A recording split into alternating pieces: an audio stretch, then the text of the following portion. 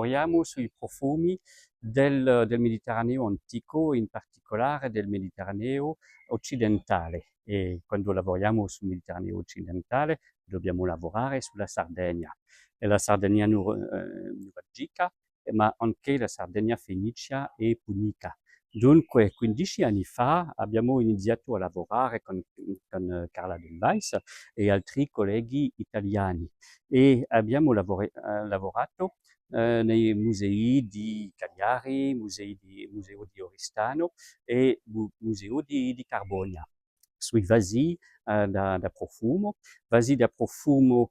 punici, fenici, etruschi e greci, che sono importati in Sardegna.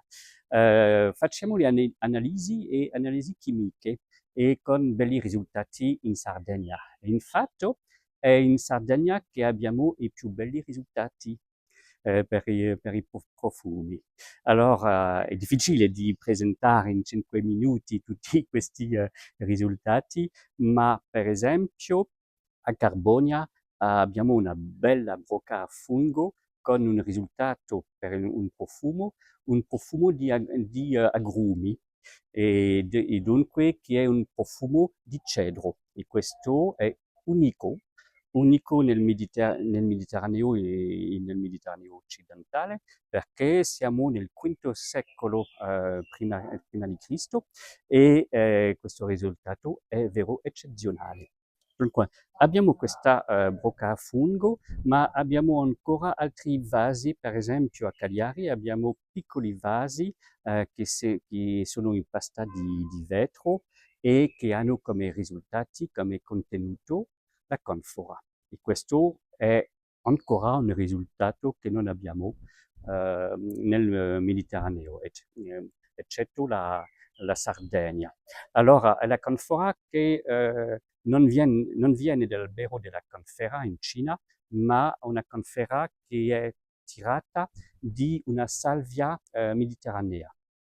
E a Oristano abbiamo a ribali piccoli balsamari greci che vengono dalla città di Sparta e che hanno un contenuto, un profumo anche originale che viene dell'albero, donc abbiamo del mirto per esempio, e questo è vero, è vero locale, abbiamo il mirto, abbiamo un olio di brassica, in francese brassicacé, in italiano non so come si dice il brassica.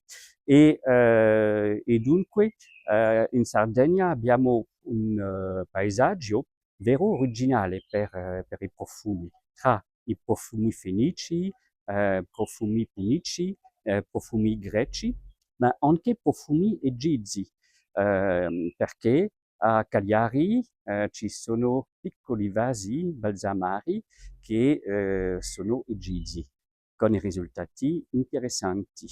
Sono nel museo di Cagliari.